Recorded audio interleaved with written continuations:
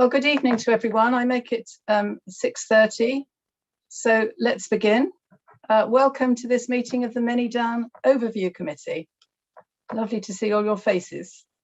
So it's a new civic year and a new committee and a new chair. For those who don't know me, I'm Councillor Diane Taylor, the chair of this committee, and it's a real pleasure to be taking on this task. We have councillors who are both experienced and new on this committee, and amongst, I'm delighted to say, are the actual Manydown councillors, three of you, councillors Freeman, Compton Burnett and Dillo. So we have Manydown councillors, so it must be getting closer. Welcome, especially to you.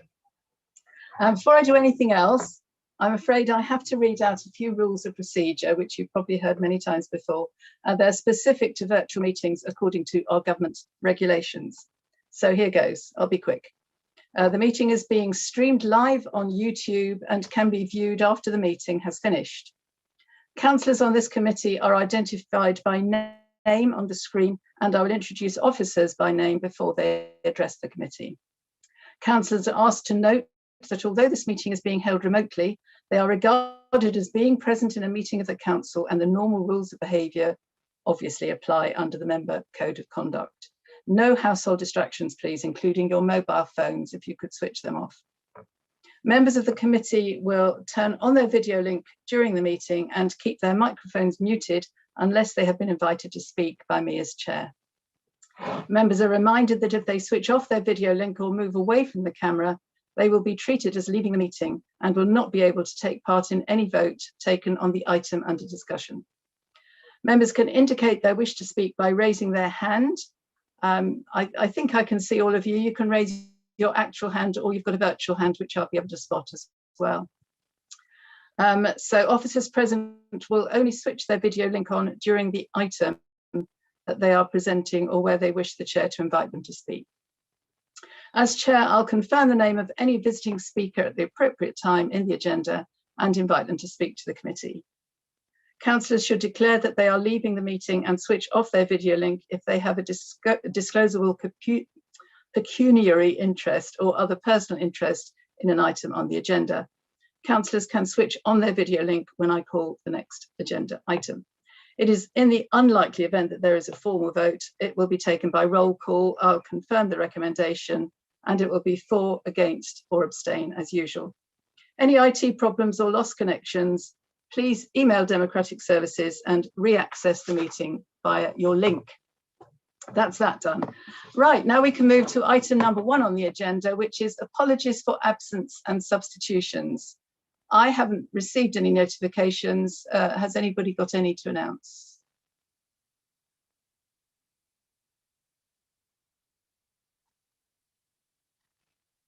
No, okay. Next, we have to appoint a vice chair for this committee. I'd like to nominate Councillor Gavin James to continue as vice chair. Is there someone who will second that proposal? Yes, Councillor Chris Tomlin. Are there any other nominations for vice chair? In that case, are we all agreed that Councillor Gavin James will continue as vice chair of this committee? Good, excellent. You're in, Gavin, well done. What a treat. Right, declarations of interest on any items on the agenda. Does anybody have anything they need to say? No, okay. Urgent matters, I haven't been notified of any thus far, unless somebody's got one they want to raise now. Okay, no urgent matters. Right, minutes of the meeting held on the 15th of December 2020. Can someone who is present at the meeting move that these should be signed as correct? I'll move them. Thank you, Councillor James. Can somebody second them? And that's probably only Councillors Grant or Tomlin can do that. Councillor Grant, thank you very much. So they've been moved and seconded as correct. Are we all agreed on that? Yep, thank you very much. Okay, so we can go to our main agenda item, which is to receive an update on where we're at with Manydown. The update report is item 6 in the agenda pack, starting on page 11. Before we go into it, I expect various of the new members have found out quite a bit about the progress of Manydown, and of course some of you have been on the committee for a long time and know more than most of us. Personally for me, I am really pleased to be back in touch with this development at quite a crucial time, hopefully with the S106 soon to be completed, so we can move on to the more exciting stuff. I had a really instructive morning recently along with Councillor Compton-Burnett, walking the site with David Ainsworth and Rebecca Smith of Urban and Civic, who, as you know, are now in charge of the development. And it was really good to catch up on some of their vision. It was a great morning. So first of all, can I ask Councillor Isett to introduce this report, please? Councillor Isett.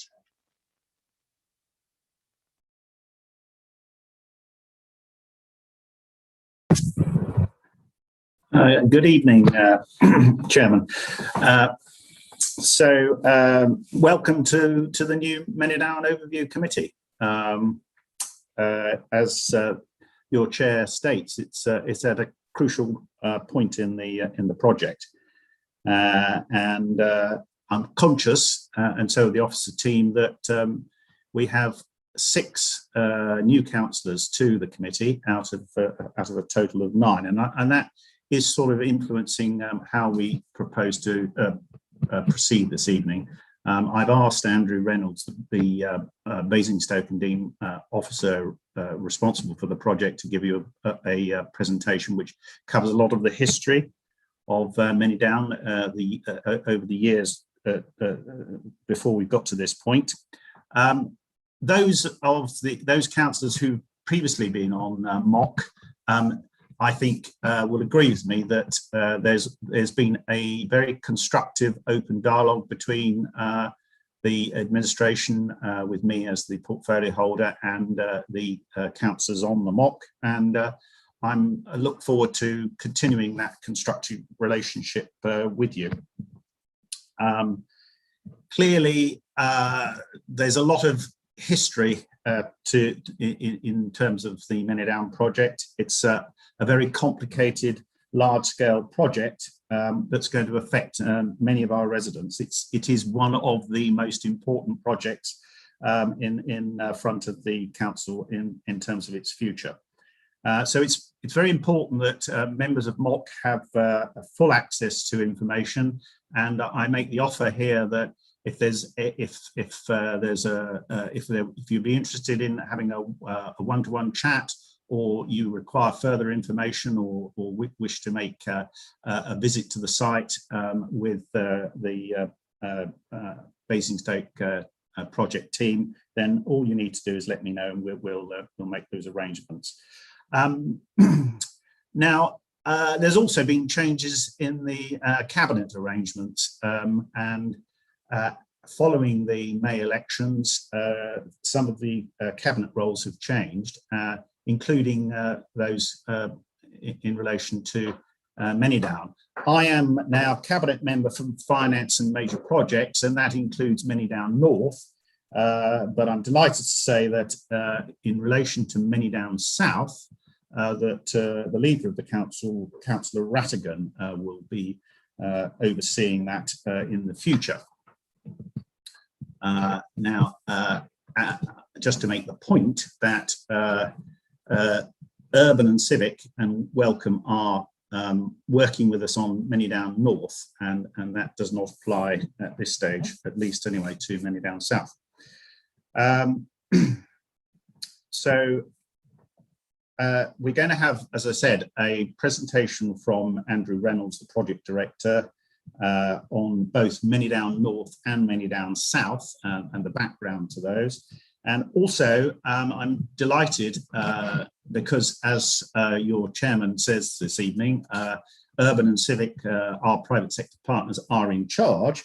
We're going to have an opportunity to hear from the project director at Urban and Civic, responsible for Manydown North, Richard Coppell, who's going to give you an update and answer any questions you have. Rather than go through the details of the report, which is what I would normally do on these occasions, I just wanted to sort of give you a bit of sort of background and set the scene as to where the project is currently positioned. I'm very happy to answer any questions you have on the detail of the report with some help from Andrew Reynolds if I need it. But if I may, I will just restrict myself to sort of talking about what the respective roles of the councils and the private sector partner are. This follows the lengthy competitive procurement process, which eventually led to us selecting and then appointing Urban and Civic and Wellcome Trust last year. And we must remember that appointment is by the two councils who are 50-50 owners of the long lease of Manydown. And their appointment is, as I've said, in relation to Manydown North. That appointment of Urban and Civic is a very significant change. Urban and Civic are now our 50-50 equity development partner with the two councils. So the two councils effectively have a 25% share each. And they've been brought on board. The reason that we brought them on board is because we needed to have the expertise in the marketplace to enable the development to take place and to make sure it's a high quality development. And that's why I'm very pleased that we came to the conclusion that Urban and Civic and Wellcome Trust were the best people in the marketplace to do the job. And so they are charged with delivering the 3,500 homes on Manydown North, for which outline planning permission was obtained last year. Alongside of this is a governance structure between Urban and Civic and the two councils. This consists at an operational level with a 50-50 development board called DevCo, which is charged with the operational delivery of Manydown North and includes Basingstoke Dean and Hampshire County Council officers making up 50% of that board. Alongside this is a joint council board, the Manydown Garden Communities LLP, which includes representatives of the two councils in terms of councillors, and I represent Basingstoke and Dean, and Councillor Latham represents Hampshire County Council. Andrew is going to sort of talk in a little more detail about the roles and responsibilities of the various boards and governments. But essentially, the Manydown Garden Communities LLP is there to safeguard the interests of the two councils and ensure that a business plan is approved and then delivered by DevCo and Urban and Civic. We are also the legal vehicle for drawing down the land from the Manydown company, who remain the freeholders, and Andrew will say some more about that. So the key message from me is that Urban and Civic are responsible day to day, but with a clear framework and a regular calendar of meetings involving our officer team and myself as portfolio holder to give direction, approval or non-approval of the work of DevCo and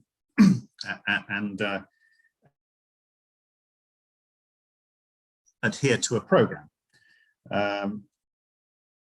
My priorities as immediate priorities as portfolio holder are to ensure that we secure the Section 106 agreement to accompany the outline planning permission, that we proceed with the provision of the overarching business plan and financial model, that we start the process of drawing down the land from the Manydown company, and that we proceed to obtain more detailed planning for the various phases of development that are going to occur with Manydown North. So, as I say, a very crucial, interesting point for you to come on board, the 6 new councillors, and I look forward to working with you. Thank you very much. That was very interesting. Thank you, John. Now, before we hear from Andrew, we have two people who've asked to speak to us to this particular item on the agenda. So can I first welcome Sheila Peacock? Sheila.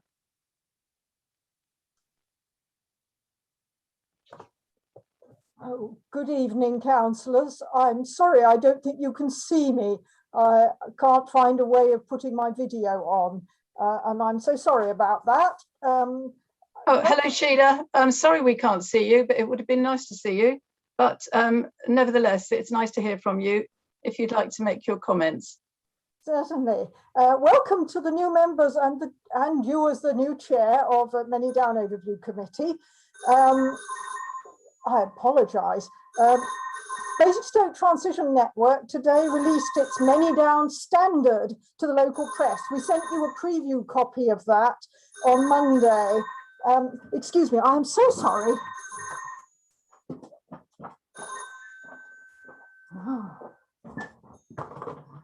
And yes, I am so sorry about that. Yes, and I particularly want to draw your attention to, I'm very grateful to see in the papers in front of you today that the incorporation of the planning of Junction 7 and Southwest Basingstoke into your considerations, because I'm very anxious that the green corridors from the south side of the M3 be planned in through Manydown to the area of natural beauty to the north. And also a very new thing from the Council for the Protection of Rural England, that we need to preserve hedgerows as well as trees because they are hotspots of biodiversity. And I just want to put these before you and hope very much that you will be able to incorporate our Manydown standard into the plans for Manydown South in particular, for which you're starting from a new point there. Thank you very much indeed. Thank you very much, Sheila. We'll just hear from our next speaker first, and then I'll ask for a comment from either Councillor Isaac or our officers. So can I ask next, Martin Bierman, are you there? And you're very welcome, Martin.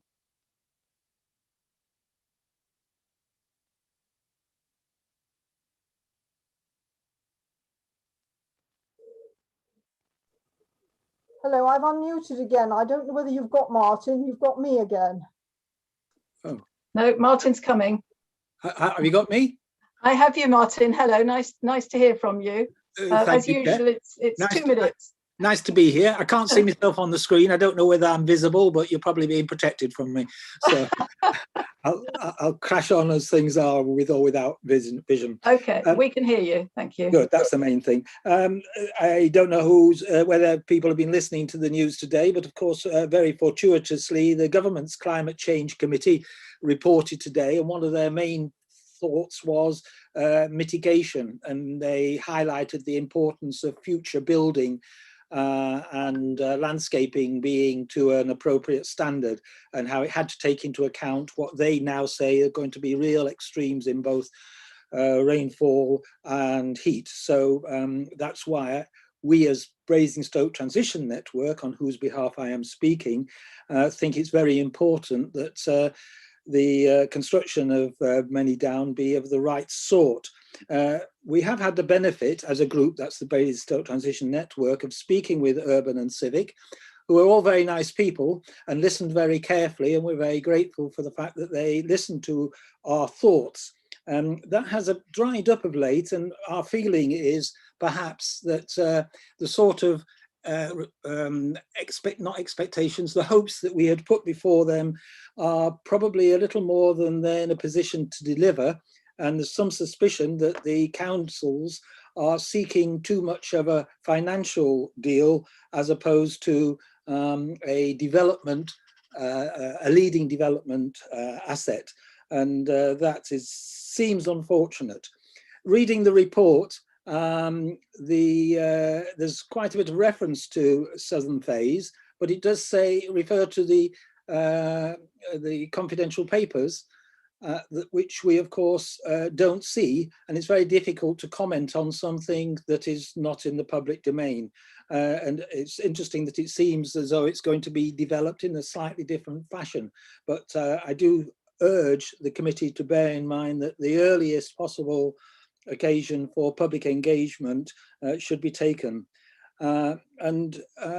Interestingly, in the report, it does refer to the original concept of Manydown and the reason that the councils bought the land. The phrase that was used was proper planning of the area. And we would just submit that proper planning of the area means a very thorough consideration of the construction. And we believe, and we hope you have a time to read it in due course, I suspect most people haven't, read the Basingstoke Transitions Networks Manydown Standard, where we have put a lot of thought into the sort of things that would make it a leading edge development. Thank you, Chair. Thank you, members. Thank you very much, Martin. Thank you. Do either Councillor Isaac or any of the officers wish to comment on what Sheila and Martin have just said? Chair, I'm happy to respond. So again, thank you, Sheila and Martin. It's good to have your interest and your expertise. And I would respond by saying that sustainability and minimizing the impact on the environment of Manydown has been at the heart of the project from the word go. It's also one of the reasons why we thought that Urban and Civic would be good partners to bring on board on this. It's encapsulated in the principles that we agreed as councils for Manydown North, and it's interesting that you have come forward with your ideas called for a Manydown standard, and I have read those, and they are very interesting, and there's some good ideas there. But we as two councils have been working on the Manydown standard, and we are as good partners. We are talking to Urban and Civic. They've got our ideas, and we're waiting. We're looking forward to a productive dialogue with them. Clearly, there is no immediate answer on issues of sustainability. It's a fast-moving area with a lot of technological advances, but we've said that we want to see Manydown North as an all-electric development. We see the country park as offering increased biodiversity, net gain in biodiversity, as well as being a recreational activity. Martin sort of makes a bit of a swipe, saying that perhaps the councils are seeking too much from the financial deal. I suppose my answer to that, Martin, is that what we need to do is achieve the best of both worlds. We do need to make a financial return for the two councils. It's important for the long term in terms of what we can spend on services for residents and provide housing for residents. But equally, surely there's a way of doing this where we can achieve the climate goals of the two councils, which are set out as public commitments, and so that's where we're looking to Urban and Civic to be the clever people who are going to come up with the answers to this, It seems to me that it might be helpful, Chair, for the new members, particularly of the MOC, if we arrange some sort of a seminar or an opportunity for your committee members to meet Urban and Civic's experts on this, and I think I'm reliably told that Richard Coppell is happy to provide that, if that's something that you think would be useful to your new committee. But it's a very challenging subject matter, and I think that it would be beneficial to all concerned if we had an opportunity to hear from experts and ask the questions. Thank you. Oh, it sounds like a great idea. We'll go forward with that one, definitely. Thank you very much.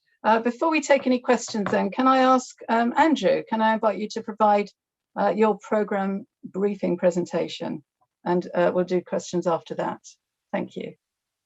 Thank you, Chair. I'll just wait for the presentation to be loaded. Hopefully everybody can now see the presentation. So, so welcome members to this meeting this evening. And I mean, some of you have been aware of my involvement in the project for just under 4 years now, and listened to the progress that we've made, some big steps and some little steps, and clearly there's a sort of a potted history that I'll take you through. So for the new members, hopefully this will provide an insight into what we've been doing and where we've got to. But secondly, for those that have been with the project for a little while, it's just an aide-memoire really in terms of obviously the history of Manydown. So just move to the next slide, please, Jess. So really, what we're looking at here, the red line in front of you is the entire site of Manydown, which is severed by the railway line going from Waterloo down to Weymouth. The council acquired this back in 1996, jointly with Hampshire County Council, and we own a 999-year freehold, leasehold interest, with the Manydown company being the freehold owner. And it extends to somewhere in the region of 834 hectares, or for those who still work in acres, just over 2,000 acres.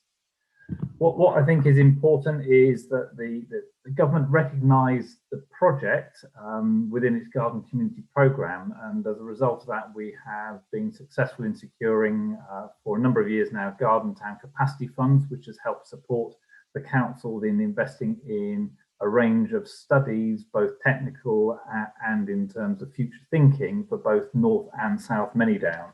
And this has been really important to both understand, how do we take this forward and deliver large-scale strategic development in this location. But equally important is how we address the ongoing need for housing and homes within the borough. So our contribution from Manydown will be significant over the course of the next 10, 15, 20 years. I think it's important to remember that the councils acquired the land to actually promote development. So this was not just to obviously hold land, but there was a very clear intention to promote development. And some of you will recall back in, I think around 2013, there was a motion to council that confirmed that the council should continue to pursue development of Manydown. So there's a very clear commitment in terms of what we are seeking to try and do. Next slide, please, Jess. So back in 2014, and it's all detailed on our website, that there was a significant amount of work undertaken to develop a vision and principles for Manydown, and looking about what is it that we want to achieve from this land, and how do we want to create that new community of Manydown that sits adjacent to both Winklebury and Buckskin and Southam, and then is squeezed in between Wood and St Lawrence. So how do we make sure that we get the right set of development that occurs? And so there were a number of workshops and sessions that set out how we were going to establish the 10 key principles and promote the development of Manydown. And I think as we set out there, what's really important is how do we create the aspiration for Manydown being a great place to both live and work.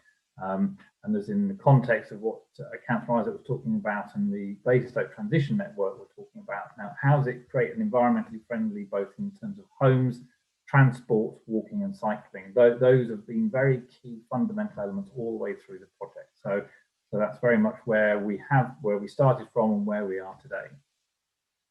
Let's move to the next slide, please, Jess.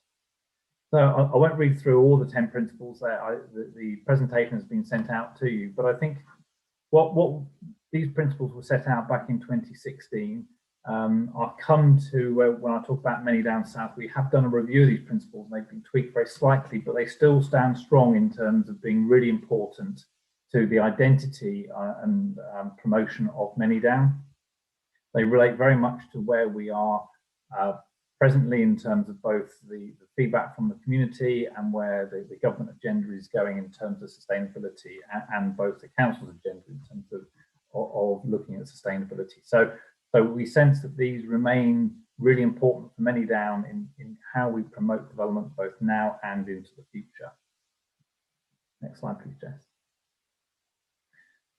So, as Councillor Isaac explained very eloquently around the structure of the programme and how we are set up, I think it's important just to explain that the Manydown programme is a joint team between Basingstoke and Hampshire. So we draw on a staff of officers from both councils that support and work on the project.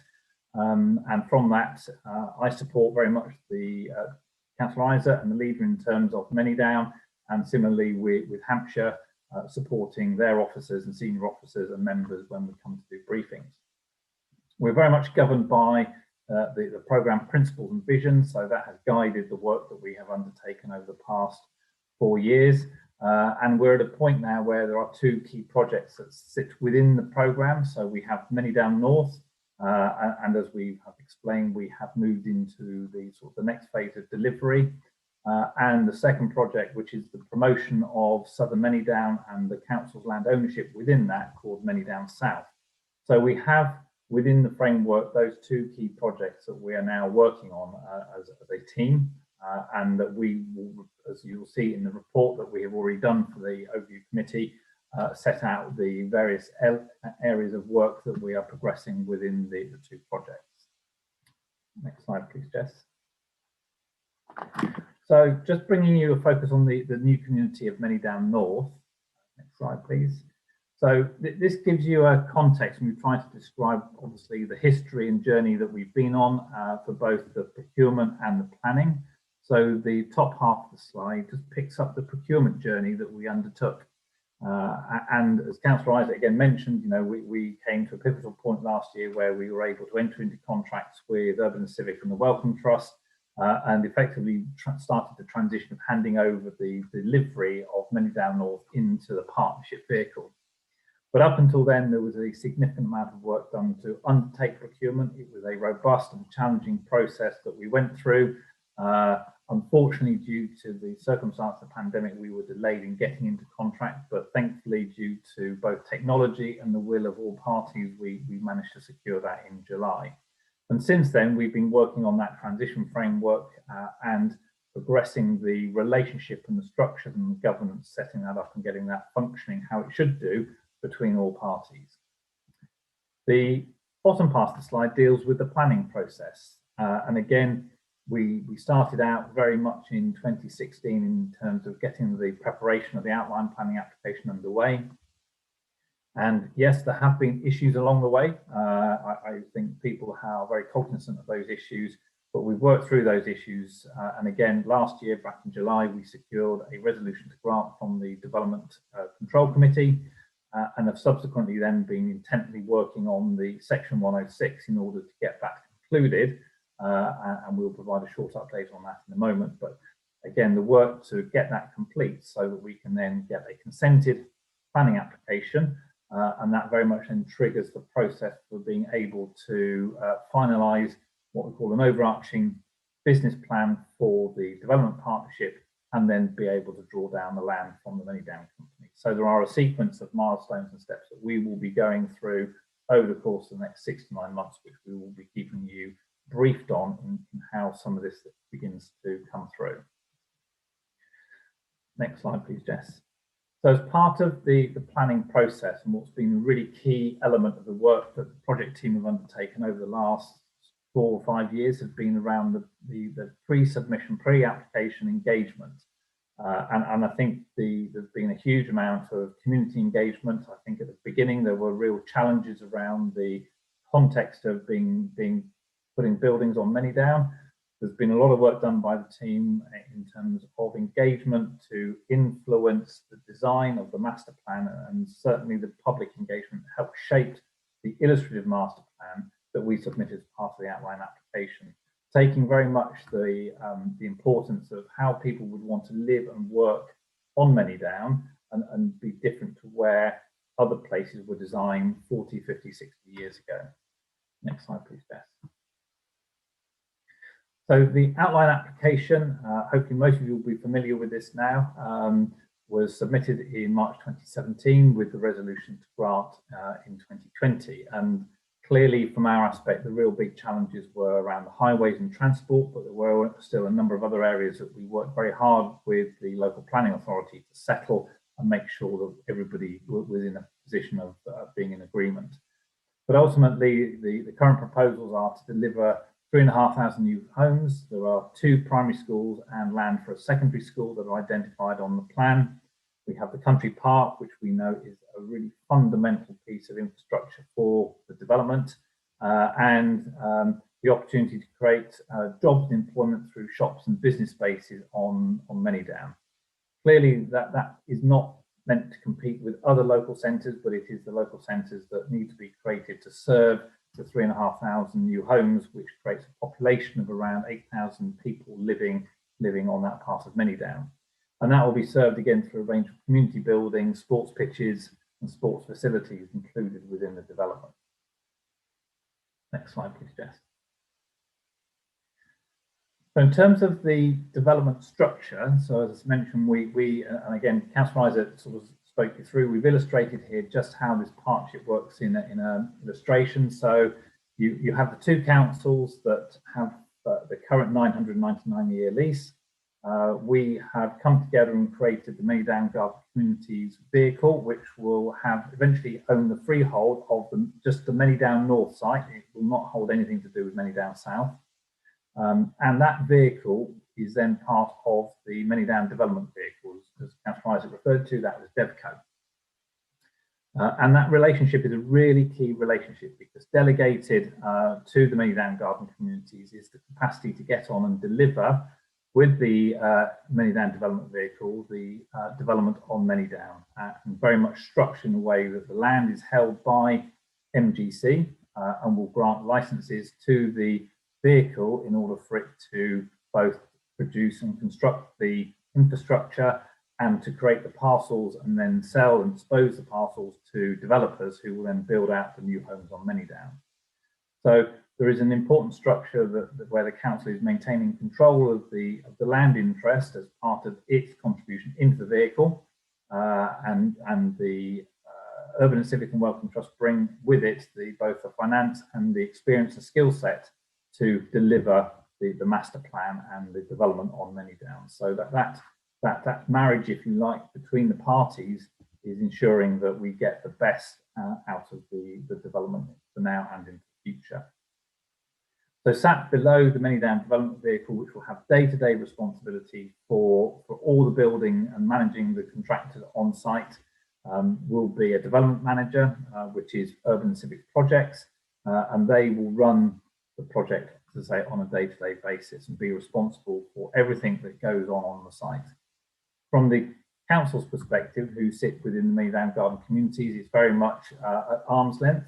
So this is about, we will perform a function that is, or should be light touch in terms of that relationship with the vehicle, but we sit on the board and will be part and parcel of the decision-making processes that inform the shape and direction of development both now and into the future.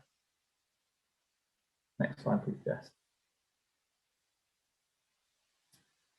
So our current focus for Manydown North is the finalisation of Section 106 agreement, which currently is being led by Urban and Civic as the development manager, and that was important because they brought to the table their experience of delivering quite complex Section 106 agreements. It's a significant financial contribution into the development, and in terms of getting this right for the phasing and the triggers. Having Urban and Civic alongside has been absolutely critical. I'm pleased to say that good progress has been made, and we are at a point of being in a position, hopefully, to conclude Section 106 within the next 6 weeks. So we have a final document that's then in a position to be signed off by the parties and by the local planning authority to then move forward to enable a consent to be issued. So all parties are very much focused on getting this delivered, whether that is ourselves as the applicant with Urban and Civic, the local planning authority being Basingstoke and Dean Borough Council and Hampshire County Council. So really key in terms of getting this resolved. We also now have regular board meetings between the Manydown development vehicle and MGC. Again, looking at the the sort of the next stage of the programme in terms of planning, looking at the master planning of the first phase, how the development is going to come forward as part of an overall site-wide framework. So there is a significant amount of work now being undertaken behind the scenes in order to prepare for having a consented application and being able then to move forward with an overarching business plan development. So the key for the project are, in terms of, if I can summarise, the next steps very much about one, resolving and finalising the Section 106 agreement, which can then be consented.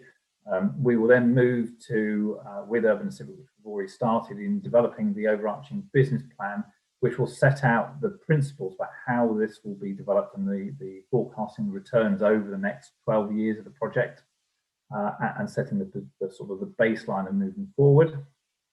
Following the production and the approval of that business plan, which has to come back to both councils for approval, we can then move into drawdown of the land from the Manydown company into the Manydown garden communities, which will in effect allow then development to sort of really commence. So those are really key milestones for the project team working with Urban and Civic to achieve over the next 6 to 9 months. Next slide, please, Jess. So I've just taken you through Manydown North. I'll now just give you an indication in terms of some of the work we are doing on Manydown South and the broader southern Manydown.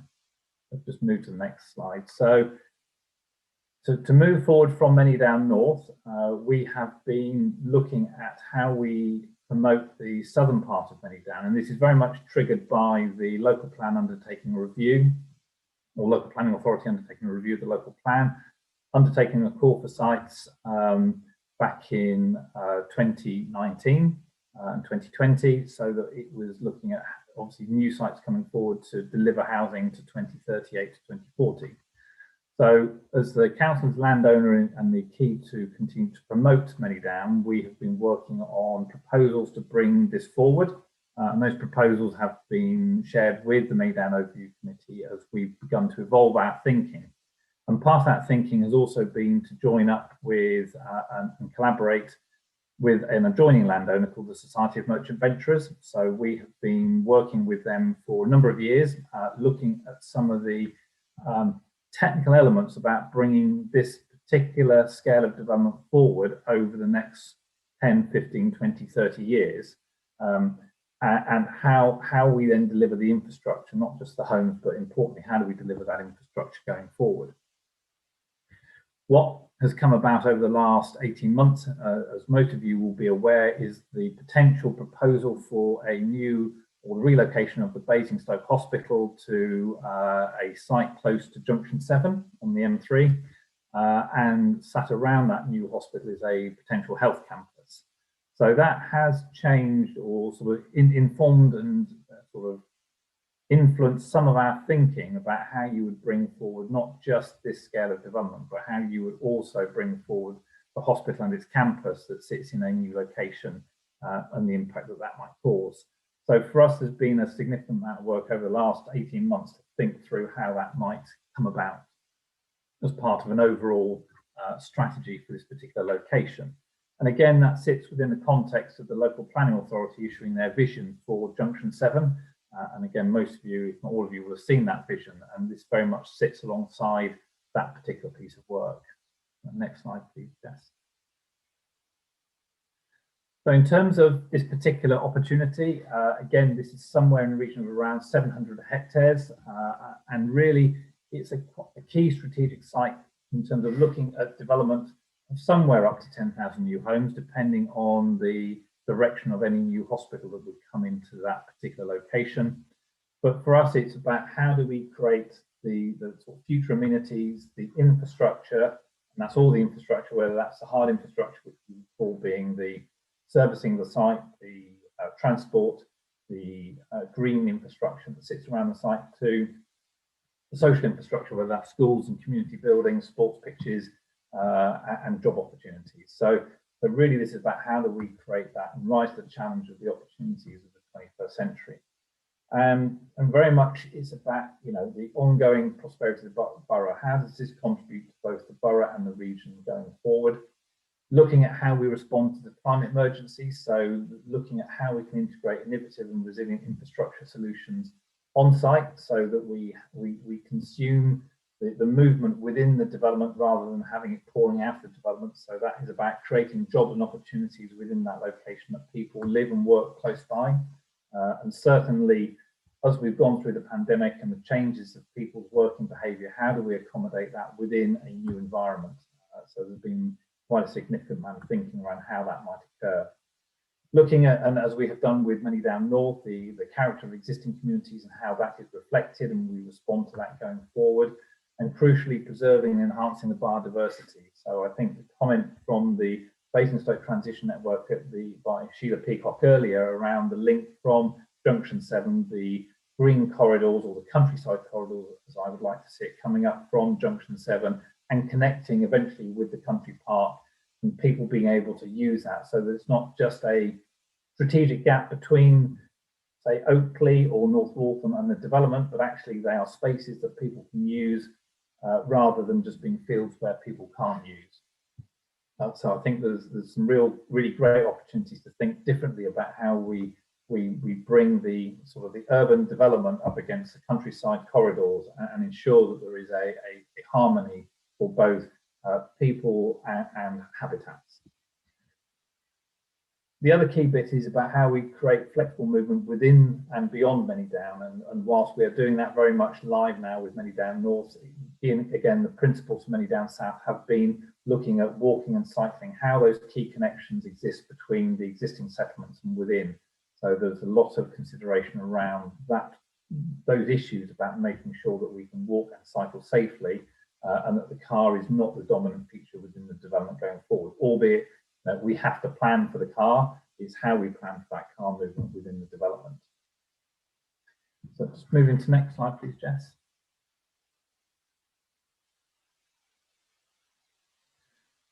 So just to give you, again, sort of the work that's been carried out to date. So through, again, helpfully being supported by the Garden Town Capacity Fund, we've done a fair amount of technical work looking at the land and the structure of the geology across Manydown, looking at the biodiversity and the wildlife and habitats, looking at the landscaping. So there's been a significant amount of work that we've undertaken already for us to better understand how we could bring forward development.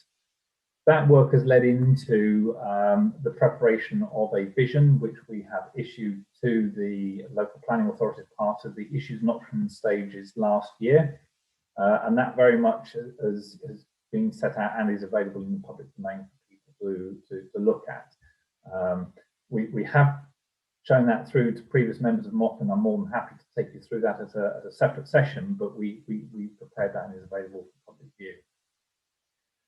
And then we're now at a point with that master plan that we are looking at the delivery strategy and the infrastructure strategy that sits alongside that in terms of bringing that forward at probably the next meeting.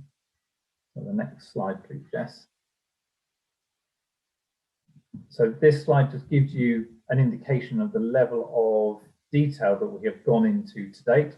So as part of the emerging master plan strategy for the Southern Manydown, we've done a range of baseline technical assessments and the vision development that is now working towards a final master plan strategy to be presented to the local planning authority in July. And what has informed that are a number of other documents and technical pieces of work that have looked at utilities, transport, ecology, cultural heritage and social infrastructure, energy and carbon, and water. So all those key components are pieces of work that are ongoing at the moment and will continue to evolve as we get into the detail of promoting that development for the local plan purposes. Next slide, please, Jess. So the joint promotion of the work to date, this slide again just sets out a timeline as to where we are at and where we need to get to. So we're at a point where we will issue further documentation summarising the master plan to the local planning authority probably in July. They will then be presenting to members from the local planning authority context a range of options in order to be taken forward for further consideration, and that's part of what we call the Regulation 18 process that the local planning authority will go forward for. If we are identified in that process, then we will want to be able to work closely with the local planning authority in bringing forward the detail of the promotion of Southern Manydown, and that will result then in the progress towards a submission into the local plan in 2021. Ultimately, what we want to do is get to an inspector stage where we can demonstrate the deliverability of Southern Manydown, both obviously early development that could be created on that site, but also looking at the length of time going to 2040 and potentially beyond in terms of the overall development being built out over that period of time. Next slide, please, Jess. So this slide just gives you a context of some of the thinking that has been going on, in particular looking at the functional green infrastructure and how we would look to address the sort of approach to climate emergency that both councils have declared, and very much the respecting of development between Oakley and North Waltham and Manydown, and then looking at the relationship with Kempshott, Hampson Fields and Kennel Farm. What we're really keen to do, which we've shown on the illustrations, is a link going both north and south and east and west, linking Old Down with Beggarwood Park. So we create really strong green corridors and countryside corridors that enable us to utilise existing ancient woodlands that are there, and looking at obviously the established flora and fauna and how we will produce a development that sits within that context. So there's been, as I say, a significant amount of work that has been undertaken to try and understand how we would use that landscape to best effect and ensure that we have those connections that sit within the development. We've also looked at how we would combine a walking cycling route and a mass rapid transit, that's the MRT route, going up through Southern Manydown and linking with Manydown North. So that route is being looked at as how we create the spine road or the spine link that goes through the centre of the development, and then how vehicles will move around it.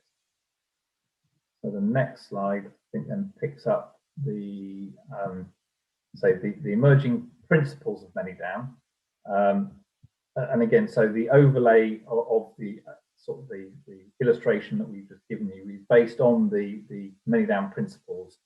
Those principles are set out in the document, and are, again, not proposing to go through that, but happy to take any particular questions that members may have. But they are very much founded on core principles that we set out of in 2016. Next slide, please, Jess.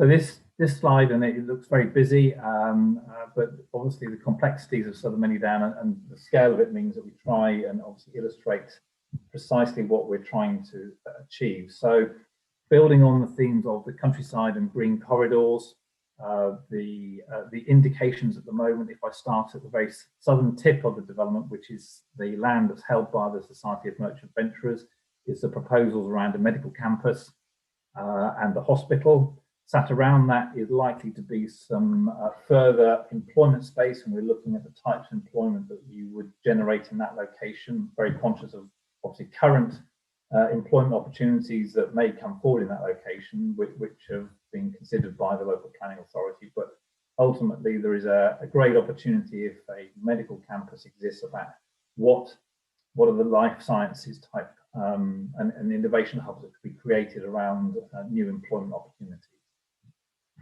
Key in this location will be some form of transport interchange that connects the MRT, walking and cycling network. We have shown, and I would just throw caution here, that there is the potential to provide a rail link from this location onto the Waterloo to Weymouth line, and there were very early discussions around this with an interested party, but it is just a concept. It is not something that we as landowners are promoting, but it is something that we have looked at, and I think it's important that we consider all options at this stage, because we have that opportunity, and then we will look to refine over the next 12 months as to what would come forward. Sat in and around the Society of Merchant Venturers will be a range of different forms of housing and the opportunity to create different sort of employment for food and retail and beverage that sits in a neighbourhood centre.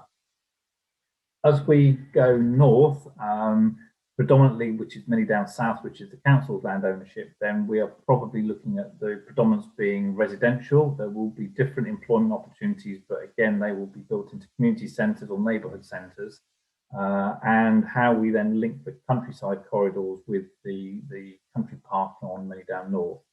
So our aspect is very much around the residential, whereas the employment space, the focus of employment space, will be sat within the Society of Merchant Venturers land.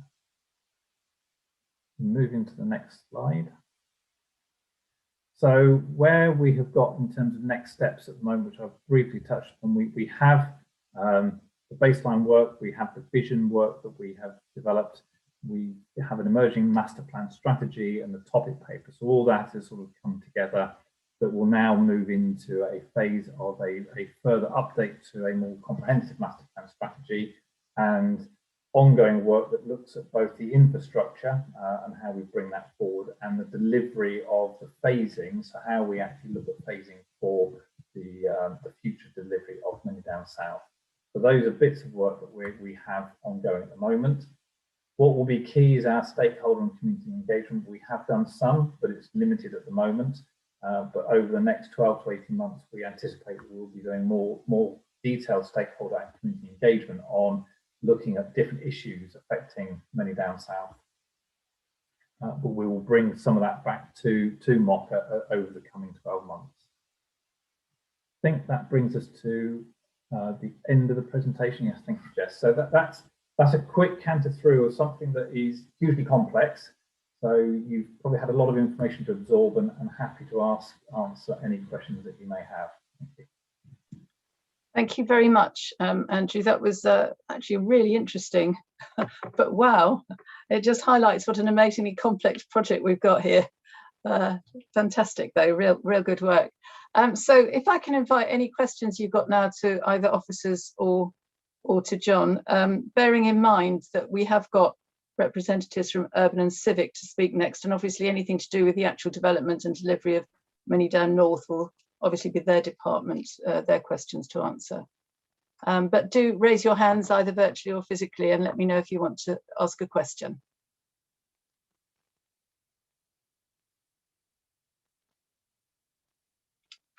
Councillor Gavin James. Thank you, Chair. It's probably a question that it might be now, it could be later. It needs to be answered at some point, and it's not a question I've not asked before.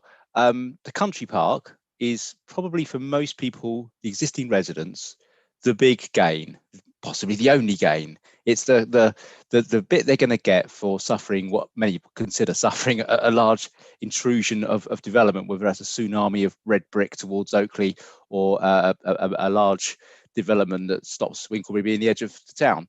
The country park is the big win. Now, we've been talking about it for years. We bought the site 25 years ago. We identified the area that was going to be the country park. Planning consent is not a major issue with this country park because we know where it's going to be. In fact, we had a fact sheet out, I think March 2017, you can get it on the Manydown website, of what would go where on this country park. So it's all laid out. And it seems to me that, bear in mind, we know from the experience of Old Down in Kempshire, it took a long time for those plants to really get settled and those little shrubs to become big trees and for the wildlife to move in and feel confident. It really is a thing we could start right now and get on with. And we probably should have started already. And I'm just conscious, we always talk about the country park and it's going to be an exciting thing. And we always talk about it as an update. Yes, we're definitely having one. Really, we should be on that. That should be happening right now. Maybe it has. I mean, no one's going to tell me without planting wildflower flower seeds, I guess, but I'd like to have an update of how it's going, what we've planted so far, when it's going to be open to the public. And the other thing is, we always talk about a country park. Again, the update papers that we've got tonight, the country park is coming. Country parks normally are run by Hampshire County Council. Local parks are run by Basingstoke and Dean Council. Someone's going to maintain this park, and I'm really, really worried that we're going to create a really magical place eventually, 10 years after residents have moved in probably, but we're going to create it and then we're going to walk away and it's going to fall apart, and every time something breaks, something needs replacing, it'll be, no, that's Hampshire's job. No, the Basingstoke do that, we don't. And it's going to be a kind of issue. So can we just actually put some firm dates in our diaries for a future committee to say, this is where the park is now, this is where it will be by that date, this is what it will look like at that date, this is when it will be opening to the public, and this is who will own it and run it, and this is what the management plan for that park long term into the future looks like. Because it'd be really good to have that, because otherwise we're going to start getting to a phase where residents start not believing it and thinking it's just going to be left as a field and then a few more houses will be chucked on it, etc. So can we have some real, this is the park plan with some actual dates, not in the future, an actual date of when it's going to be, things are being planted, things are growing, etc., etc. Thank you. Thank you. Who wants to take that? Councillor Isaac.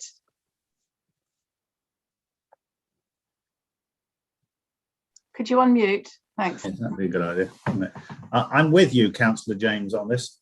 We need to get on with it, and it should be one of the early deliverables for Manydown North, and it's something that I think we can reasonably expect an update tonight from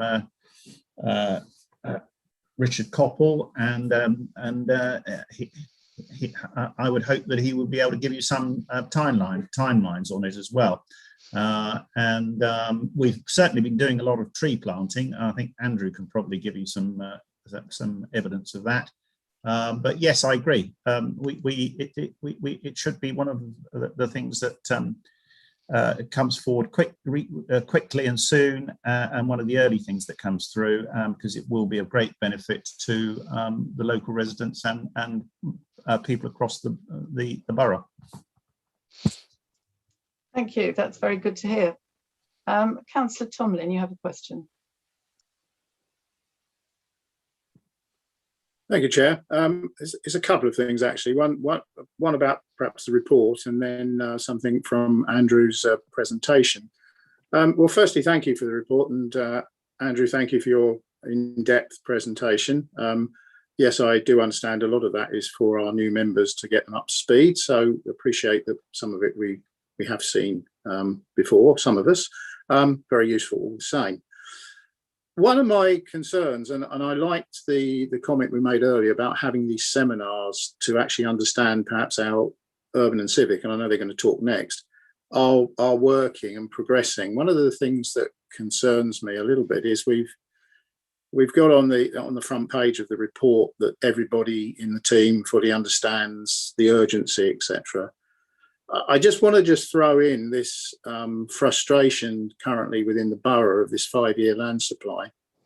Yes, it's an old chestnut and it keeps coming along, but the urgency matter is that we are, as a consequence, getting these opportunist developments all across the borough with nowhere near the forethought and planning that this team is putting into Manydown. So we're ending up with lack of infrastructure, all sorts of issues. So it is a massive pressure. It's not just getting houses for local residents and meeting plans, but it's the quality of life for everybody else in the borough. And it's such a serious point that I question, are we under-resourcing the Manydown team? And some of that is a little bit like, it's taken a year since outline planning without 106 to get the 106 going. And I see in the report we're going to have a review in October, and it was going to be done at the end of June. And I think Andrew made reference, by the sounds of it, by the end of July. So yes, it's complicated, but it's slipping. We're moving on. And then just moving on to Andrew's report, something I picked up about Manydown South addressing climate emergency and such like. Well, by the time you were mentioning 2030 and onwards, well, that's when we've actually declared we need a result of our climate change. So it's not going to contribute right now. It may contribute in the future, but it's not going to help us where we are now. Manydown North will. And I'm very also concerned and worried that we're going to build that to current government standards with some tweaking. And so these are the things that I think we need to thrash out with our development partners. And as a committee, I would say is our remit not to actually address these issues and make these sort of things happen for the good of the borough. Sorry, it was a bit long, but that was my questions. Thank you, Chair. Thank you very much. Question in two parts. Who wants to take that? Councillor Isaac.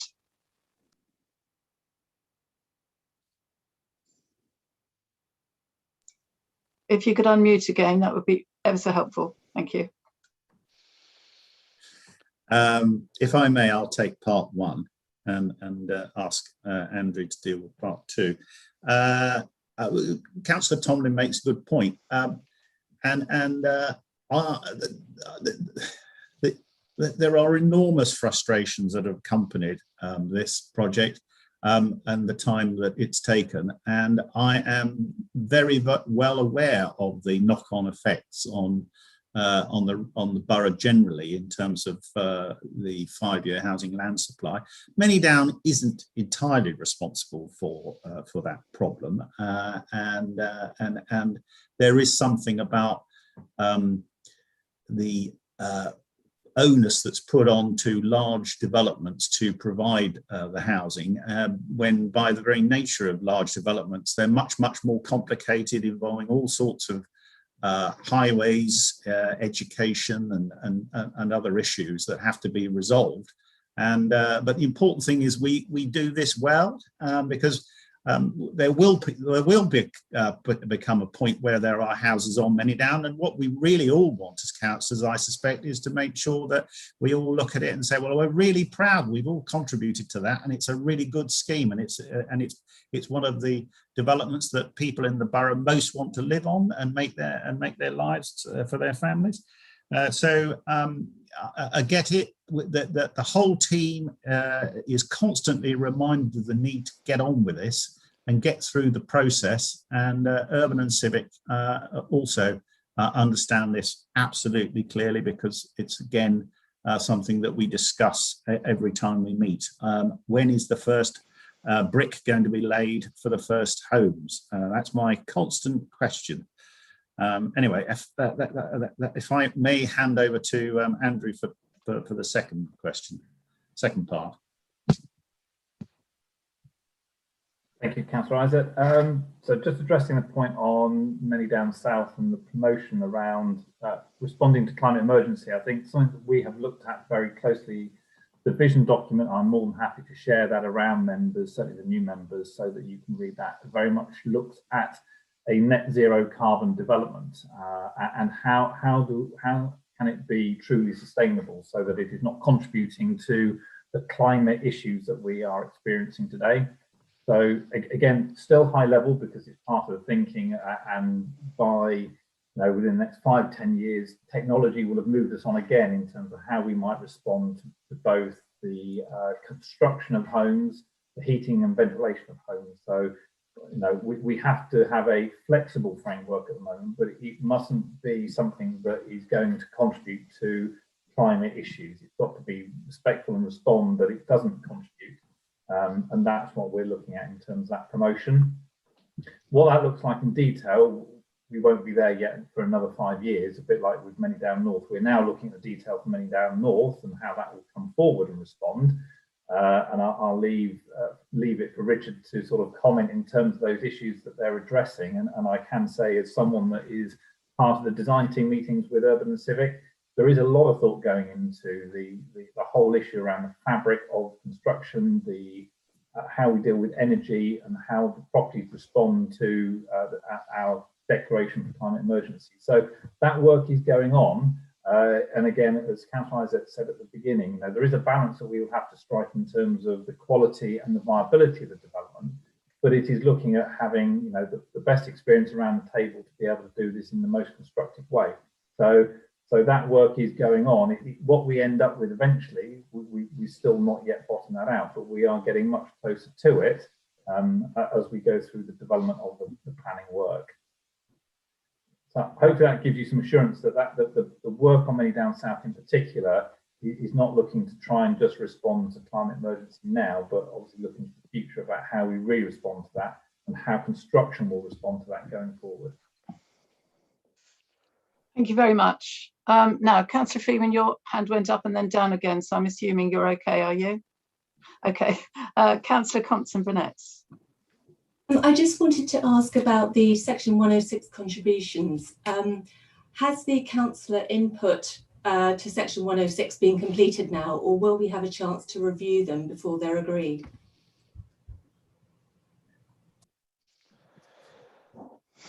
Sorry, I wasn't paying attention to who's going to answer that. Is that going to be John? No, I'm going to suggest that Andrew answers that one. Thank you, John.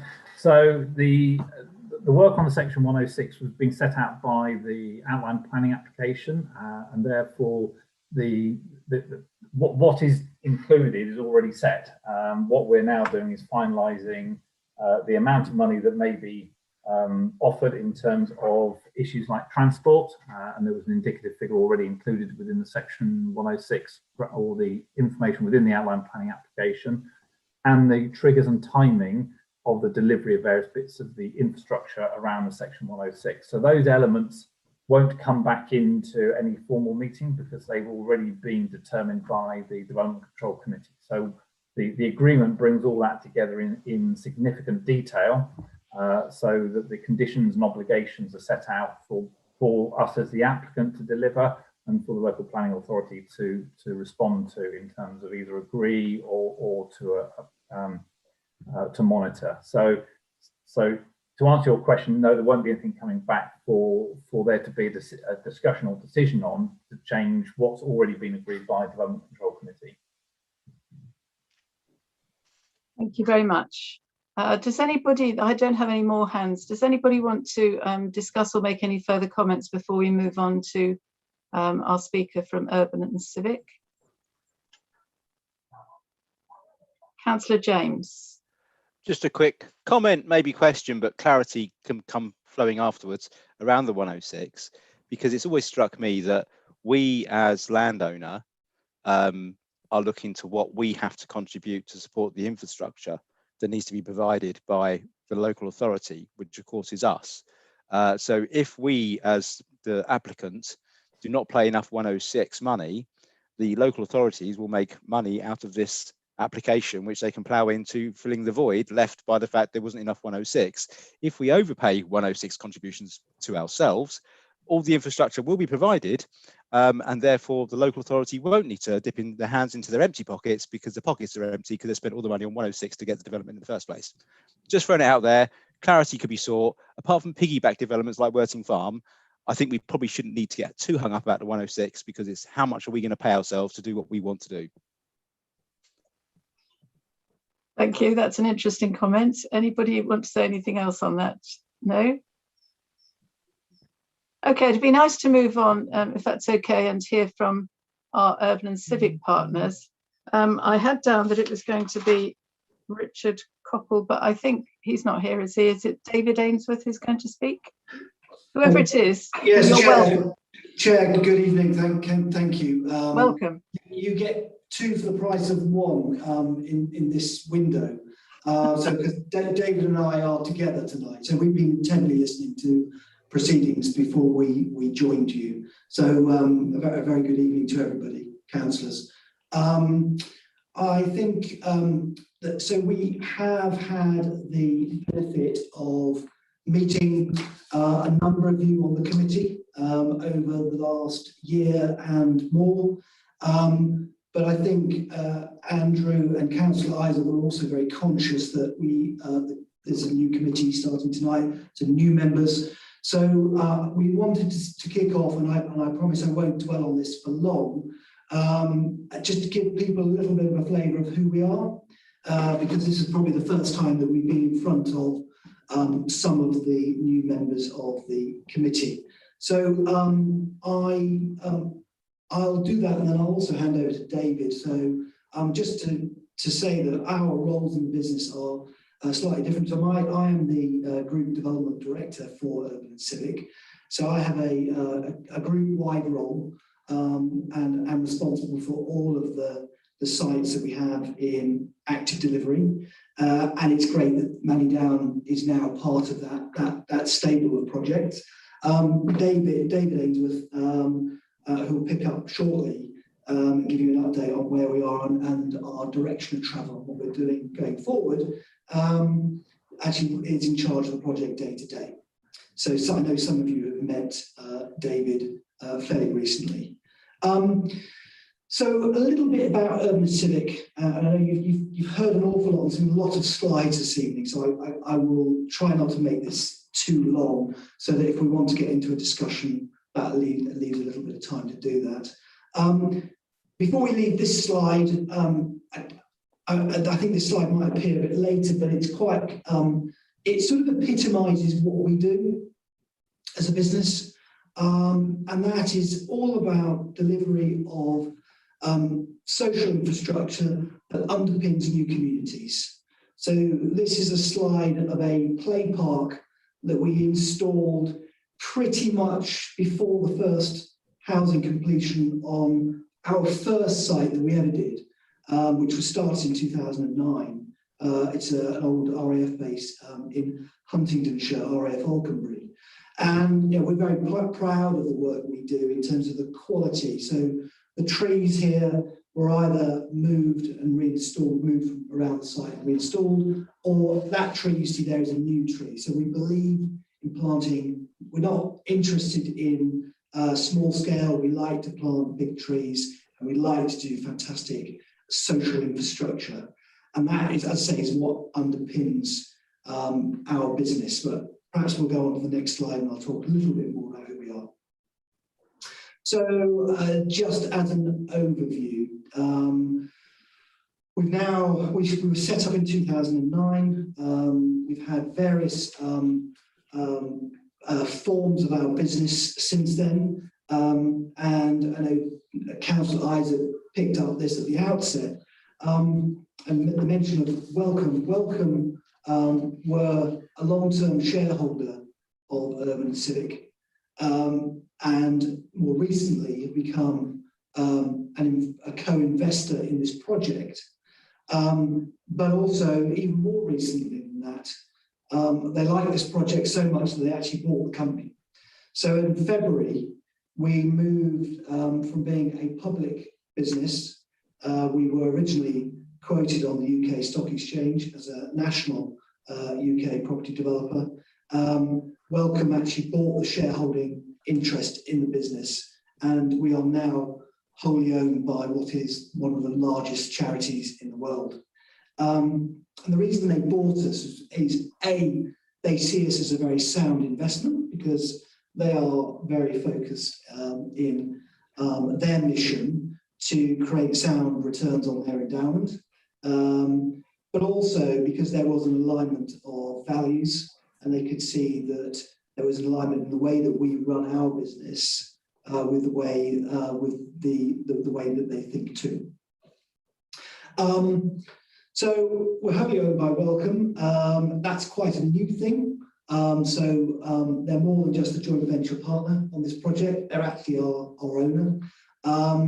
So outside of Manydown, we've got 9 sites currently in delivery, and you can see them dotted around the UK, largely in the southern half of the UK, and normally within 100 miles of London. We focus very much on large-scale sites, so Manydown is very much part of that. So they range from 2,500 units up to 6,500 units. So we're very focused on large-scale strategic housing developments. That is very much our focus. We do other things as a business, but that is the lion's share of what we do. Currently, we've got about just under 30,000 of homes across our portfolio consented, and there's just an indication there, a flavour of what that means in terms of infrastructure, open space, schools, employment, and roads. So just to give you a sense of the order of magnitude of the work that we do. Next slide, please. So unsurprisingly, all of the stuff we do, all pretty much without exception, with actually one exception, all of our sites are run as joint ventures. So we're very used to working in partnership, be that with local authorities, with insurance, with pension funds, or with other charities. You can see up there Nuffield Health, another charity that we're working very closely with on another project we have in Cambridgeshire. A multitude of stakeholders, so joint ventures, very much what we do, and working in partnerships. So very much enjoying working with you as an authority and Hampshire as well. Next slide, please. So we badge ourselves as a master developer. And what we mean by that, and I suppose I want to make one distinction, is that we're not a house builder. What we do is through land and planning is create high quality environments for house builders to come in and actually deliver the homes. Whilst we do actually do some self-delivery of our own, that actually makes up quite a small component of our existing sites. Most of that is done through house building partners who we bring in alongside us and actually allow them to do what they're good at in delivering homes, but with the context that we have set those land parcels within a very high quality environment. So I want to pick up two points on this slide without dwelling on it for too long. Really, that is delivery and quality. Our focus is on delivering the infrastructure, creating the right environment to maximise the sales, maximise sales rates, and maximise the quality of the community that we're trying to create. So we put in all the boring stuff like drains, utilities, roads, and we are already working very hard to put ourselves in the position that once the planning permission, the 106 is finally lands, we're in a position to get on site really very quickly and start putting access roads in. That will be the first thing that you see us doing. So infrastructure is perhaps the less exciting part of what we do, but it's the very, we pride ourselves in getting infrastructure in early. And alongside that, we're looking at the green infrastructure. I'll touch on this again, and David will at length talk about this, because I know some of the points that Sheila made at the outset, the question Sheila made about, and other questions around the country park. For us, the green infrastructure is absolutely critical that we get that in early. So going back to the point that Councillor James made around the country park, yes, we have to put that in early. That won't be an afterthought. And we're already working up our thoughts, and we'll be delighted to come back and share some of the thinking that we're working on now on that. We'll touch on that again in a minute. So delivery is important, rapid delivery, the use of capital early to make sure the sites are well infrastructured, and we've got that infrastructure, not just the dull stuff, the essential roads and utilities, but also the green and the social infrastructure as well. So elsewhere, it's different here on Manydown. Elsewhere, we've prided ourselves on self-delivery of schools, for instance. So we are currently delivering 3 schools nationally on our own account. We deliver them early and on our own account, and that won't happen here, but we are working closely with obviously the Local Education Authority, Hampshire County, to make sure that those schools will be delivered on site and in great positions. So really those 2 words of delivery and quality run through what we do. And I'm hoping that over the next 12 to 18 months, you will start to see things happening on site, delivery being the key, and speed. So I won't dwell on that slide. I could talk at length about each of those points, but I want, if I was to ask you to take away 2 things, it's all about the delivery and it's all about the quality. And I want you to rest assured that quality is what we are about as a business. And on that, next slide, please. I've touched on this a bit, leading with nature. We did some very interesting research on one of our sites, actually the site at the bottom, which is our site in Rugby, just down the outskirts of Rugby, with the emerging community there. And we were very proud of the school that we'd installed before any houses were occupied at Rugby.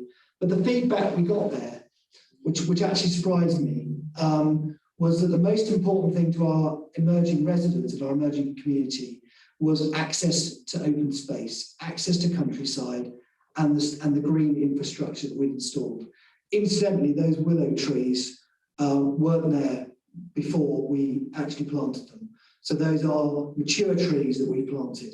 And that's very much how we think. We want to put mature trees in. It's not about little tiddlers. We want to make a big impression from the very outset. It's very important that we install green infrastructure in from the get-go, to Councillor James's point, so that it becomes established very early, so that our new communities can get enjoyment and satisfaction out of that from the very early stages. It cannot be an afterthought.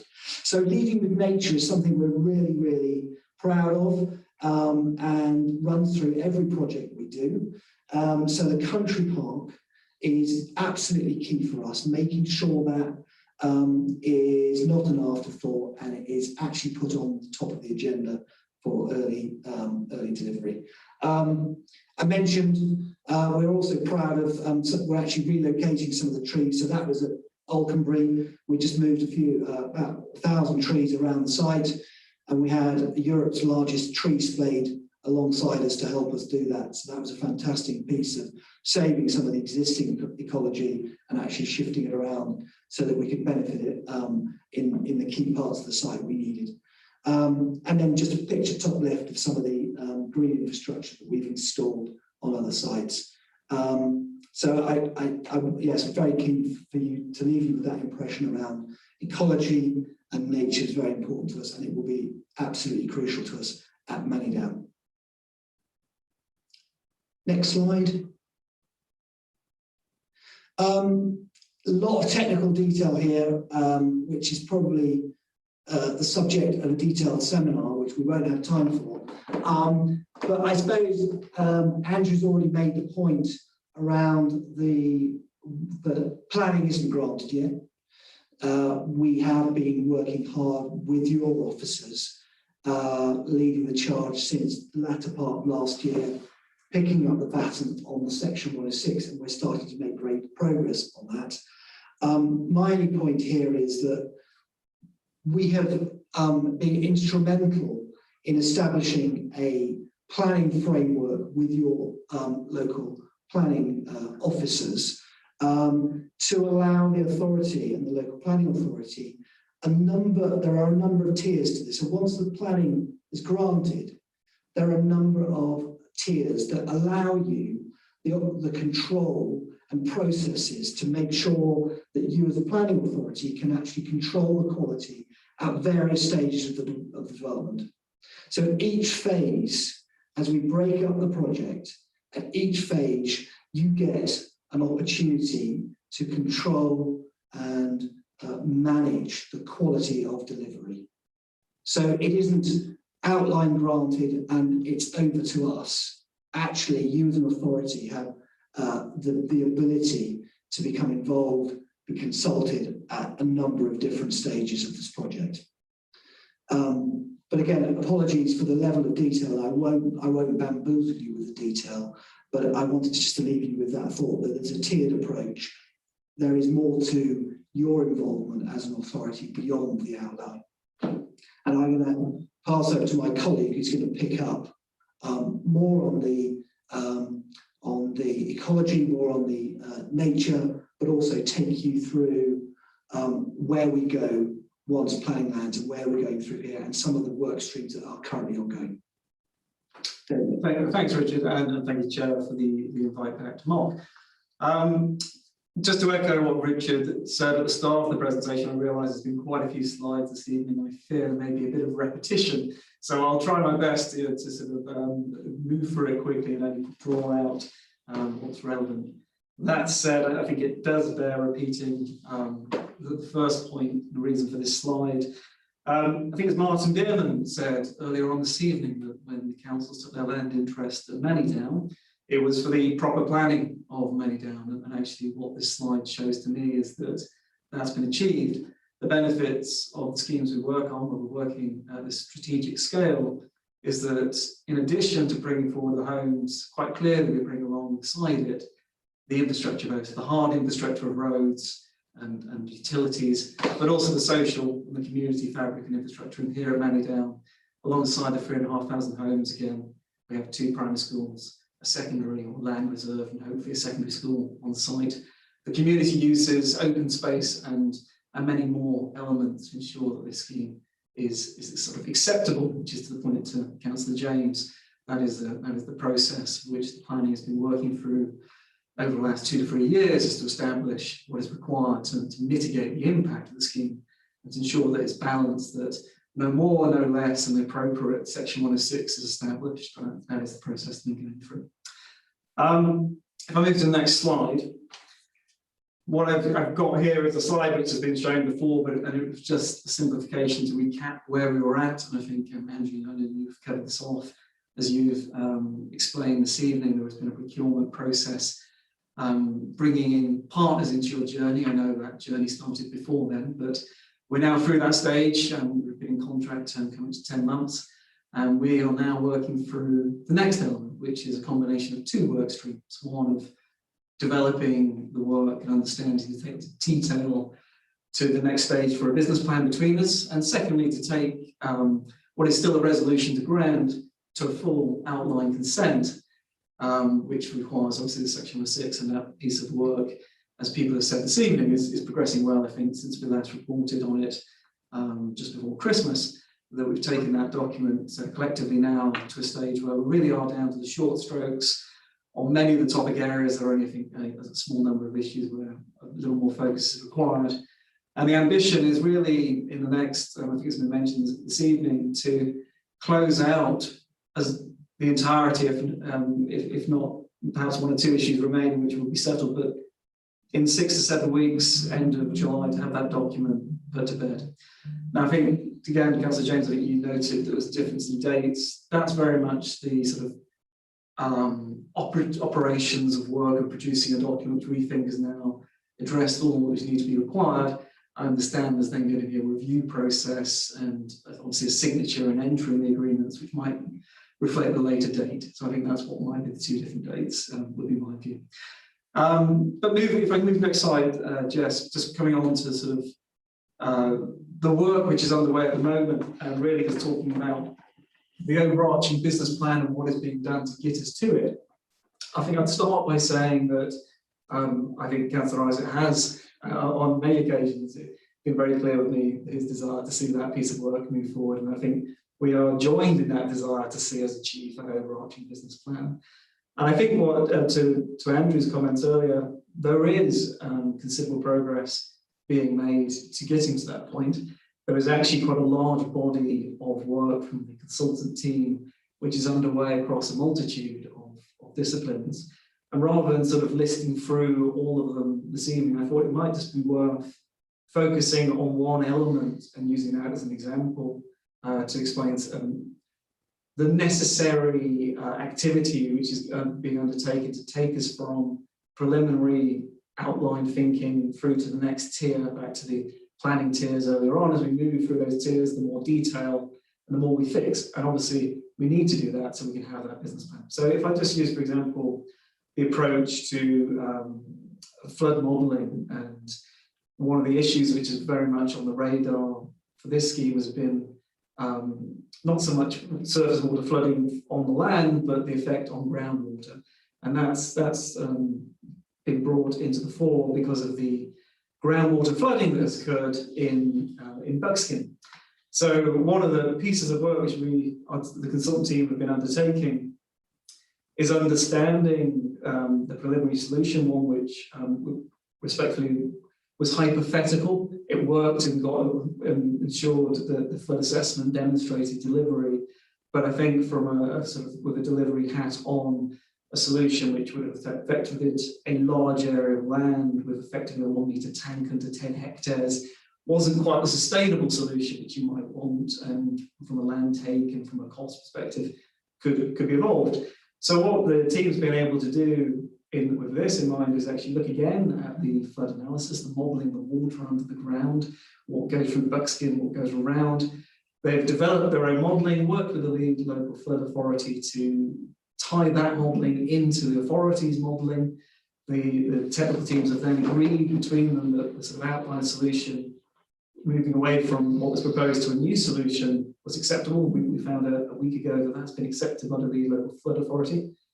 And as painfully dull as all that sounds, it's incredibly necessary, because what that's now released is, when we're looking at our master plan, how we have approached the SUDs on the site of the sustainable urban drainage system, how we will attenuate water which is coming off the buildings because they're now impermeable, how we hold that back. That has implications for the design, the layout, the cut and fill modelling for how we move the earth to establish this will have implications for obviously the cost plan.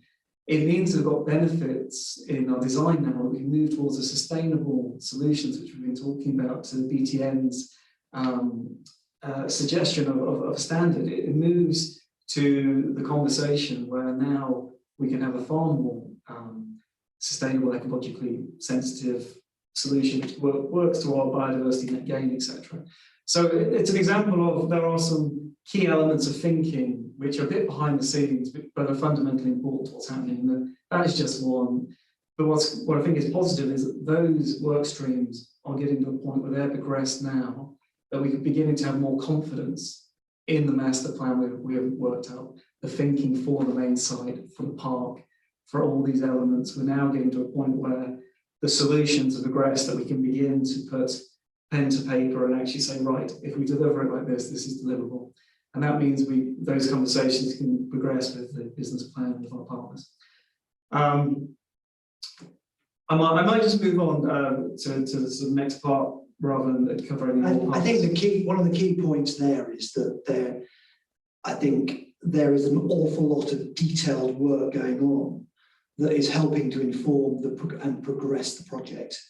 So we're not waiting for the outline to land before we start getting into the detail and moving things forward. As I said before, we want to get on site as early as we can next year and start putting access roads in. But in order to do that, we've obviously got to get the business plan agreed between us. But beyond that, there's an awful lot of detail. And we're really getting into the weeds of detailed flood analysis to help inform and shape the master plan that then informs the business plan. So rest assured, there's a lot going on that not all of it is immediately visible to councillors, but we wanted to make you aware that actually there's a lot happening.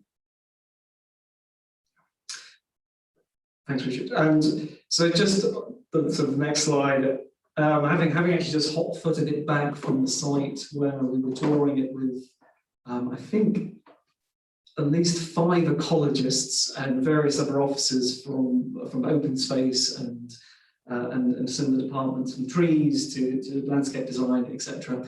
We were just having a tour together with the design team and the consultants to actually begin understanding their aspirations, their thinking, what was in the outline thinking to begin with, and our work which we're developing to test some of our thinking. And one of the bits which I wanted to talk about or bring in, because is the country park or the park area, although actually we see the nature first approach to Manydown being across the entirety of the site rather than any one specific area. But I wanted to talk a little bit about some of the early thinking around, as I say, the park area. Now, the little inset on the bottom right is far too small for you to be able to decipher, I imagine, but what it shows is some of the thinking which the team have put together. It's actually a timeline in this sort of lifetime of trees, effectively. So it's looking back in the lifetime of a tree of 200 years, and it's looking forward, likewise, in the future of another tree. And the reason why that's important is because what they've actually done as a team is go back to understand what was at Manydown previously in the 1700s, 1800s. What would this land have looked like, the rich flora and fauna which would have been on these fields.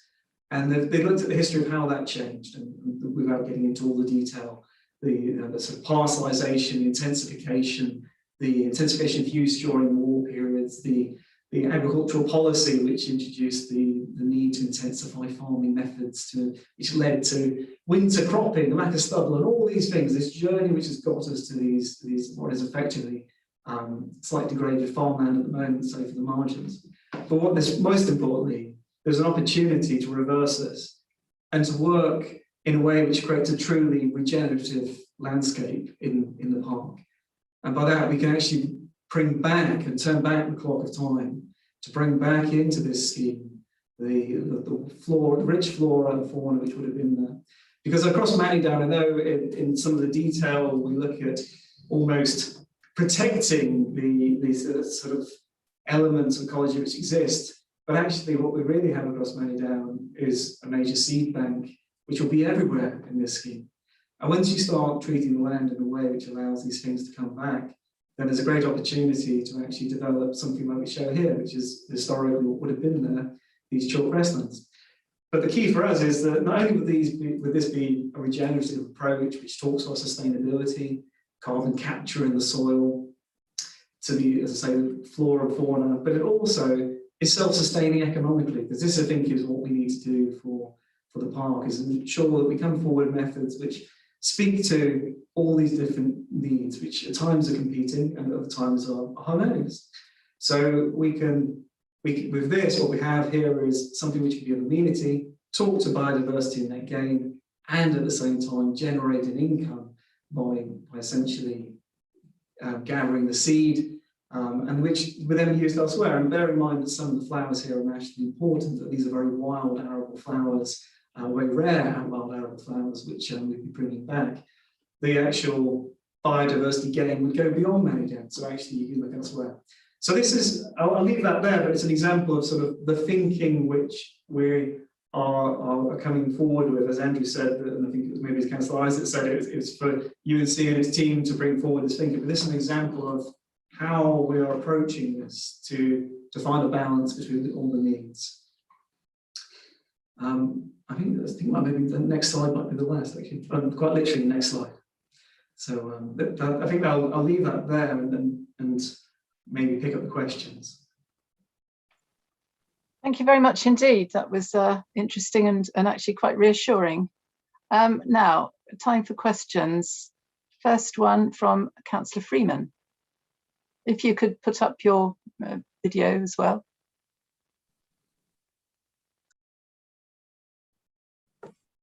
Sorry about that. Okay, couple of questions. First of all, you were talking about putting the infrastructure in early. Now, one of the concerns of my residents is that a lot of the works traffic is going to end up going down Roman Road. Surely it would make sense to maybe build a back road so we could get the works traffic, because we don't really want HGVs and heavy plant vehicles going down Roman Road, because it's already a nightmare to get out of there in the mornings, and just heavy goods vehicles up and down there is not really an option. So it would be, I don't know if there have been any change to those plans, but I know certainly during the early stages they were talking about routing the vehicles down Roman Road, and I don't think that's practical, and I don't think it's fair on the residents, really. It's going to be a massive upheaval. We really need to start thinking about those residents that exist in Roman Road and trying to make things as easy as possible for them while we're building up there. So I think it might be an idea to sort of look at when the main roads are building and where we are sending the heavy goods and the heavy plant vehicles. Secondly, now it's probably one of my pet bugbears, but over the plans for the primary schools, I've already had concerns raised with me with the chair of governors from one of our local schools, that if we build a primary school there with the initial housing, it is going to seriously impact on their intake. And I certainly don't see the need for 2 primary schools in the near future. We already have 3 very good primary schools set over 4 sites, 2 on Winklebury, 1 on Buckskin and 1 over on Rooksdown. We don't really need any more primary provision. What we don't have is a secondary school. And I know a lot of this comes down to Hampshire County Council Education Department, but you know, we really need to start taking into consideration the effect on services, the effect on things like the schools in Winklebury, that we're doing with the build. I don't know if there's any answer to that right now, but it certainly needs to be taken into consideration, because I don't want to see any local schools disadvantaged by building a new primary. And really, I fear for how long residents are on Roman Road are going to have to put up with heavy goods vehicles going up and down that road, no matter how many times a day, when the simple answer would be to build in a back road somewhere to take come down the Newbury Road maybe, and then down the back way through the development, rather than routing everything down Roman Road. Thank you very much. Over to you two guys. Andrew, do you want me to, Andrew, Yeah, Richard, do you want me to do the access? Thank you, Councillor Freeman. If I address your first question on construction access first, I would say that we are aware and understand the interest in that and the concern of the community, and we're going to fully understand why people are focused on that element of the delivery of the scheme.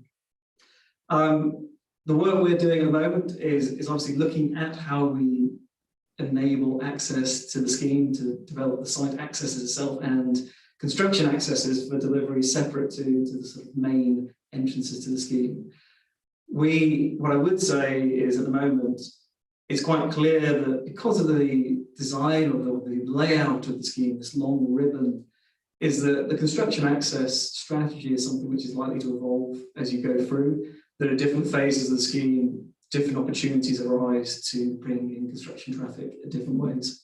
So that would be my first observation, is that the solution will not be one which stands for 12, 13 years, but I recognise that it will cause concern to people, because there will be periods where we have to effectively gain access. The suggestion of effectively not using Roman Road is a difficult one, in the sense that to access the Manydown site with construction access from any other road is actually prohibited, in the sense that we can't use the lane to the rear of the scheme, and nor can we use the A339. So actually, to get to the scheme, we will have to use Roman Road. I think our target is to ensure that we can design it in such a way as that we minimise the length of these roads we use, and as I say, as we move through the scheme, actually evolve the strategy as the main street and other elements come forward, to ensure that the sort of burden is spread. What I would also say was just to level of impact, the early infrastructure, these early starts, one of the things which we should note is the movements will actually be around heavy machinery being delivered to site, but once on site, it will not be coming and going. So there is an element of those first elements of enabling the scheme. Yes, it has to arrive and come on, but once it is on, it will stay there. So actually, it's later points where perhaps people are thinking of more deliveries for construction. So this detail is something which we're hoping to come forward with shortly, and actually complete our thinking, and we'll obviously engage with everyone to understand why we're doing what we're doing. So how long are we looking at routing vehicles down Roman Road then? So the sort of horizon of the scheme is over 12 years, but as I say, as the scheme moves forward and the main street comes in, there are opportunities to change the strategy. So I don't have the detail of when the final time would be, but I can recognise it will change over time. Thank you. Do I assume that the question regarding the primary schools is really one for our education authority? And if so, I think we've been assured that several times that they'll come to one of these meetings. I'm not sure they have. So that could be something to work on for the future as well. Gentlemen, is that anything you can address at all about the primary school? I mean, I think what I would say is that the first primary school is not being proposed until 400 homes. That's right. So it doesn't come at the very first breath of the project. So I completely understand Councillor Freeman's concerns in that regard, but it is a bit later in the piece, so there will be residents and a child need for places by the time that school is open. Whether there is duplication spaces or excess capacity, I think that one is for the local education authority. I mean, from our perspective as a business that wants to deliver large-scale new communities, schools are a key component to that, so that we have got to make sure that there is sufficient infrastructure, and that includes education places, for our residents and beyond the site, of course. I think that's all I would say on the primary school. And the secondary school, I would concur with Councillor Freeman that we would be delighted to see a secondary school as part of Manydown, and indeed one is proposed as part of the Section 106 agreement.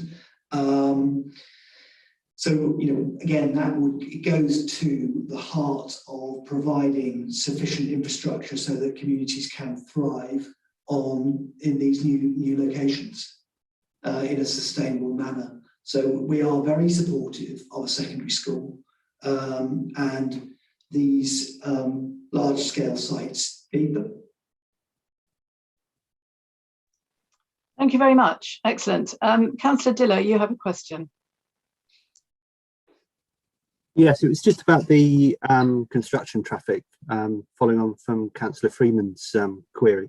Do you think it would be possible to restrict the times for the construction traffic to obviously reduce any impact on Roman Road? I'm thinking initially of, the school run and, rush hour, 5 o'clock. So if we had construction traffic outside of the obvious times when the road is busy, it would help residents. If I pick that up, Chair, yes, I think is the short answer to the question. In fact, actually, in the conditions already with the application, there is controls on hours for works and movements. And when we come forward with the documentation, the next tier of planning, we actually will bring forward a plan, essentially a document which explains how we'll manage the construction traffic, talking to points such as sensitive timings, behaviours, routes, cleaning, and all the other elements to ensure that the impact of the traffic is minimised. Thank you very much. Does anybody else have any questions for our partners here? Don't see any hands. Okay. Right, does anybody want to make any comments or enter any sort of debate about it at this stage? Any comments are welcome.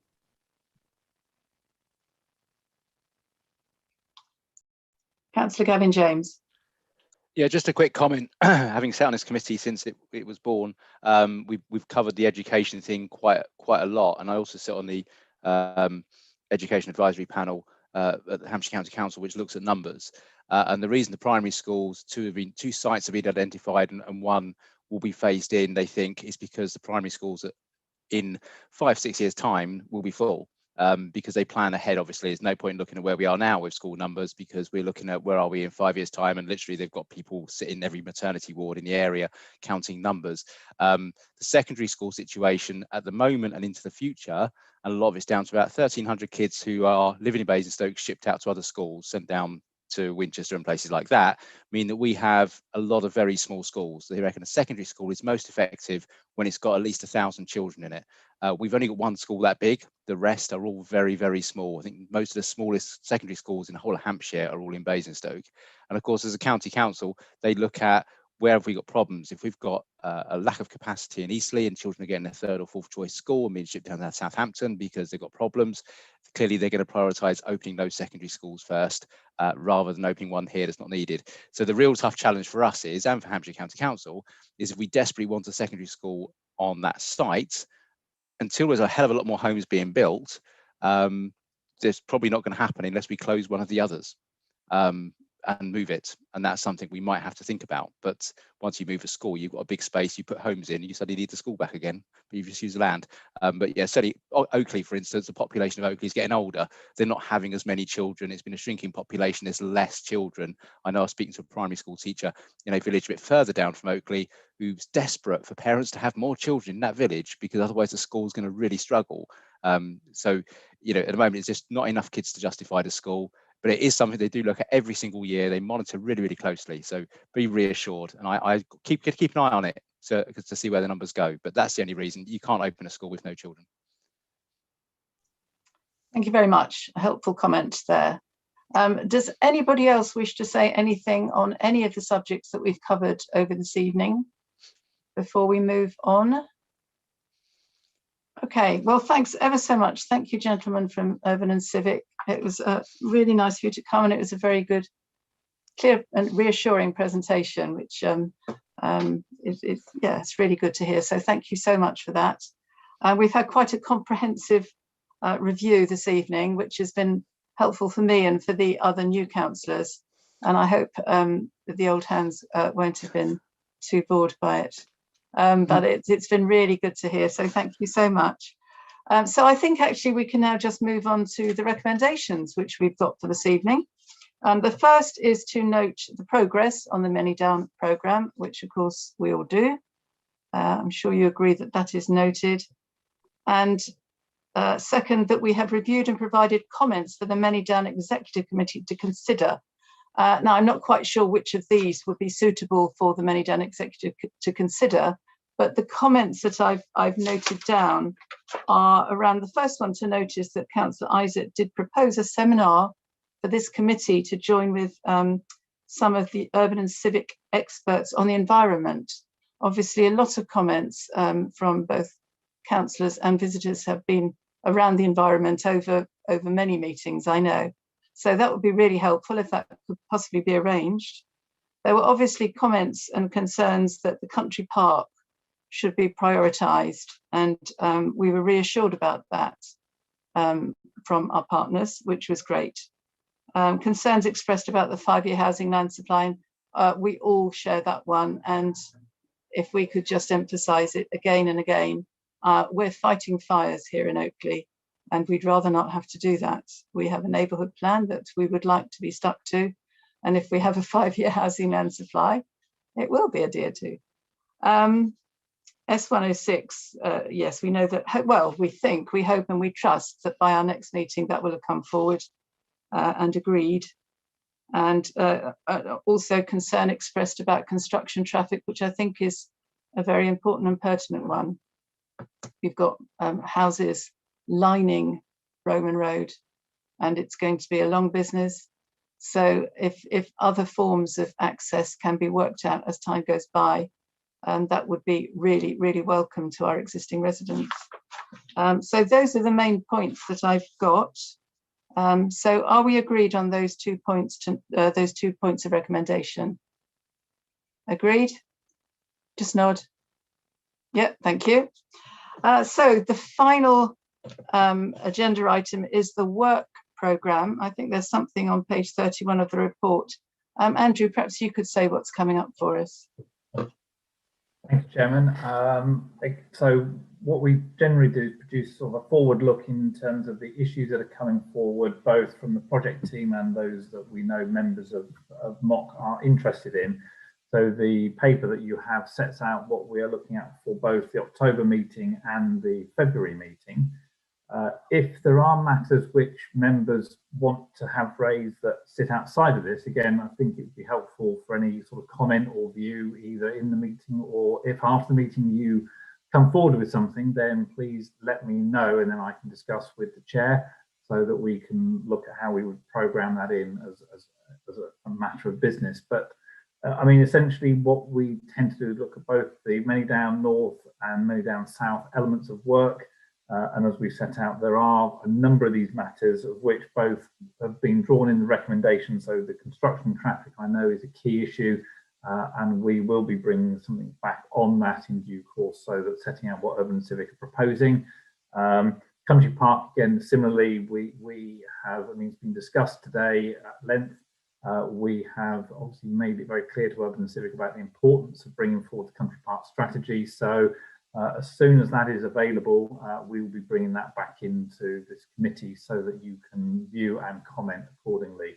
So I'm not going to go through each of the lines. If members have anything, please let me know, and we will proceed on the basis of what we've set out in that document that's before you. Thank you, Chair. Thank you very much. So we're satisfied at present with the work programme, but obviously do bring forward anything. Councillor Gavin James, you want to speak? Only going back where we started, we keep seeing the word country park strategy. I'd like to see country park delivery at some point, actually with clear dates of this will happen on this time and this date. We can't strategise forever. We've got to start planting and growing. Thank you. Thank you. I think probably we can all agree on that. That's something that we would all like to see coming forward as quickly as possible. But yes, maybe we could have something a bit more definite than as quickly as possible. And that's something we'd like to feed, therefore, to the Executive Committee. Thank you, Councillor. Okay, so that's the work programme fixed. We haven't needed to go into private session. And so that brings our meeting to an end at 8:30. Thank you, everyone, for attending. And I wish you a good evening. Thank you. Thank you. Thank you, Chair.